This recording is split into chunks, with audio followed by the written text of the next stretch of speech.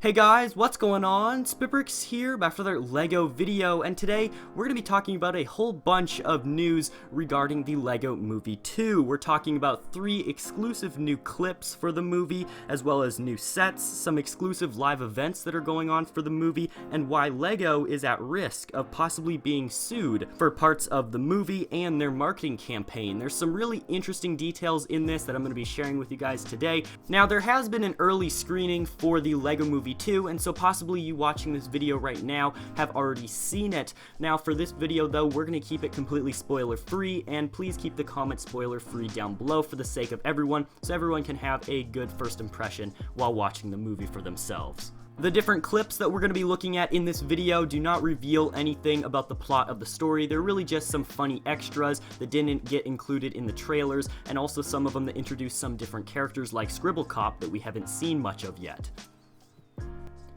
So if you do go on to enjoy the video, be sure to let me know with a like rating down below, and we'll jump right in here to the first scene where we have Emmett. He's listening to his remix of Everything is Awesome when he experiences and witnesses a break-in from, it looks like, a motorbike store. And him, with his positive attitude, he just master builds a bridge over the villains or the crooks that just are basically fighting over stolen property, perhaps someone who just broke into the store. Meanwhile, we have Emmett, who just throws his coffee cups in the air and gracefully catches it on the other side.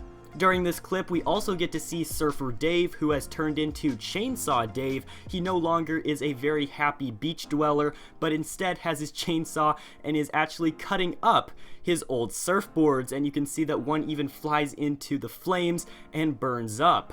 Continually, we get to see the return of Good Cop, Bad Cop. Here, he's sitting like a king on his throne that's basically his police car, and it's being carried instead of drove. It's being carried by these robo-skeleton minions of his, and I think that's kind of funny that he's being treated just like a king there, and whenever Emmett talks to him, he reminds him that he is Scribble Cop now in Apocalypseburg here.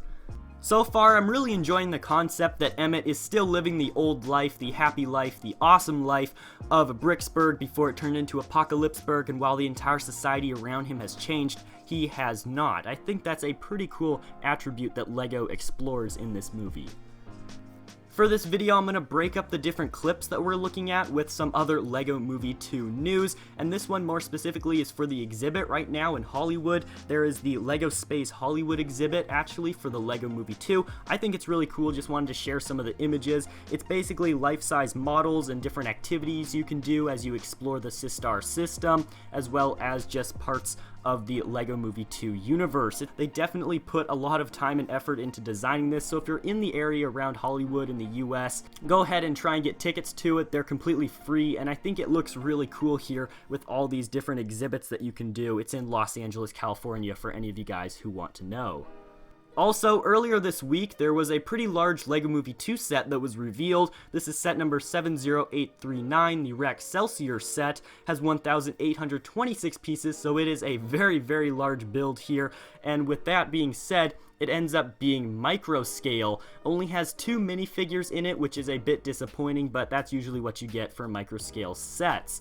Now, it's really interesting that this set is coming out, or at least the images are coming out around the same time as you can buy the Rex's Rexplorer set, and they're very similar. They're both very large space vehicles owned by Rex, and so it'll be interesting to see how both of these sets compete against each other, really, in the LEGO market. I don't know, you guys can leave your guys' comments down below. Also, while we're talking about the sets, keep in mind that the LEGO Movie 2 collectible minifigures line is hitting store shelves, so be sure to check your local retail stores to see if some of them maybe put them out a little bit early and so you guys can pick them up. Each row in the box of 60 has a complete set of 20 minifigures, so knowing that, if you find a box that's brand new, you should be able to get the complete series very easily, basically with little to no feeling the bags.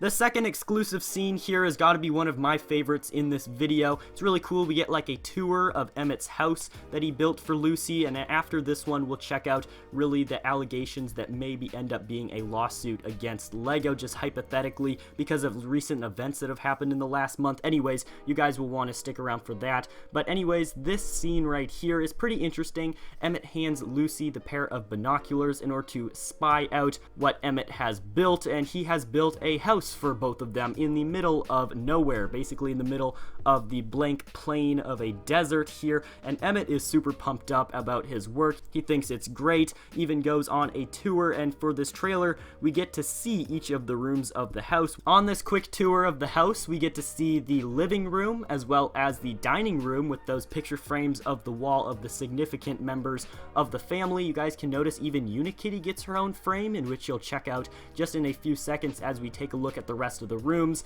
We have Planty's own room. He is a very lucky plant, to say the least, as well as the kitty cat room. And yes, that is Ultra Catty, or Unikitty if you guys want to call her that, for this movie. Look at all those play jungle gyms for the cat to bounce around on. It appears that for at least this part of the movie, Ultra Catty has found a home with Lucy and Emmett. And of course, it can't be an Emmett build without something that is double-deckered, in which this case we have a double-deckered porch swing, in which we checked out in the very first trailer that was there, but this is really where Emmett produced this and showed it to Lucy for the very first time. And then they start talking about the song that Emmett always listens to, which is Everything is Awesome, and we all know that Lucy has never really been a big fan of that song, and she smashes the coffee cup that she has in her hand. This was a pretty interesting still frame that you guys can see the Lego pieces that they used whenever they're animating it, really, to show the Lego pieces that broke apart from smashing the coffee cup. Now, you may have been wondering what I was talking about whenever I mentioned that Lego has the possibility and is running the risk right now of being sued, and why exactly that is. Well, take a look at this clip. At the very end, you can see Emmett doing something in the bottom left-hand corner, and yes, he is doing the floss dance. And you guys may know the controversy around Epic Games and Fortnite with the Backpack Kid, in which the Backpack Kid sued Fortnite for including his dance in the game, but not giving him any credit or any money because they were earning money off of that emote in the game.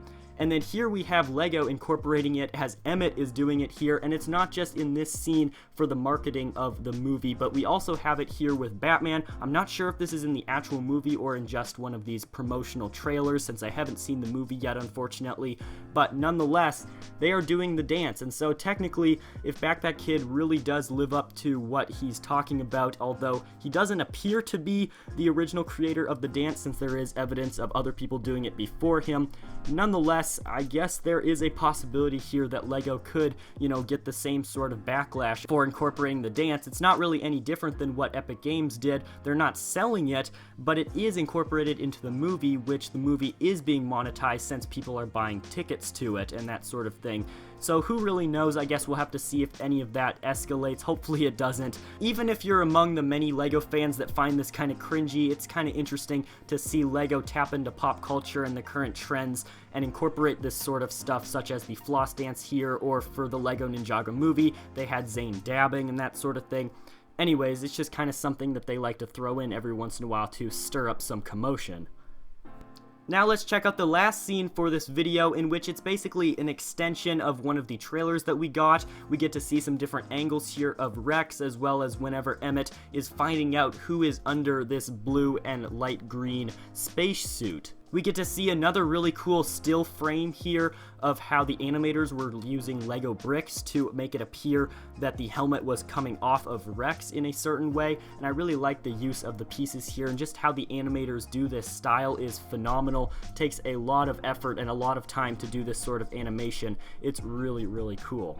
With the pieces pulling behind Rex's head, it obviously reveals who Rex is, and Emmett is definitely surprised by that fact. Now, you may recall from one of the first trailers, whenever we first met Rex, there were a bunch of those little pop-ups on the screen, such as Raptor Hunter, that sort of thing, and we got two more here that were not in that trailer. We have Rex likes to build furniture, which is an interesting reference, as well as bustin' heads, which you guys can see all of those little minions from the original Lego movie, and chiseled features previously under baby fat. I believe this just means that he likes to look good, have large muscles, that sort of thing, but if you guys want to take a different stab at it, be sure to do so in the comments below.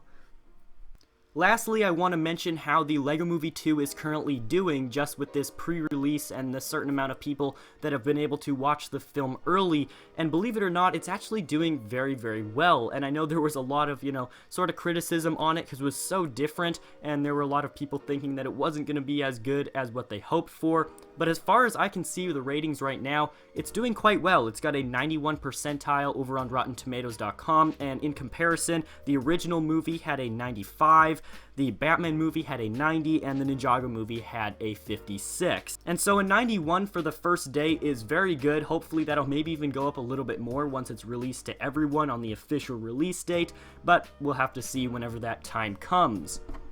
And with all that news, that's going to wrap up today's video. I hope you guys did enjoy checking out some of these different exclusive clips. And with that, be sure to subscribe to the channel if you are new so you do not miss out on any further LEGO Movie 2 action. That's going to wrap it up for today. Thank you guys so much for watching. Be sure to check out one of the other videos on screen right now that are recommended for you.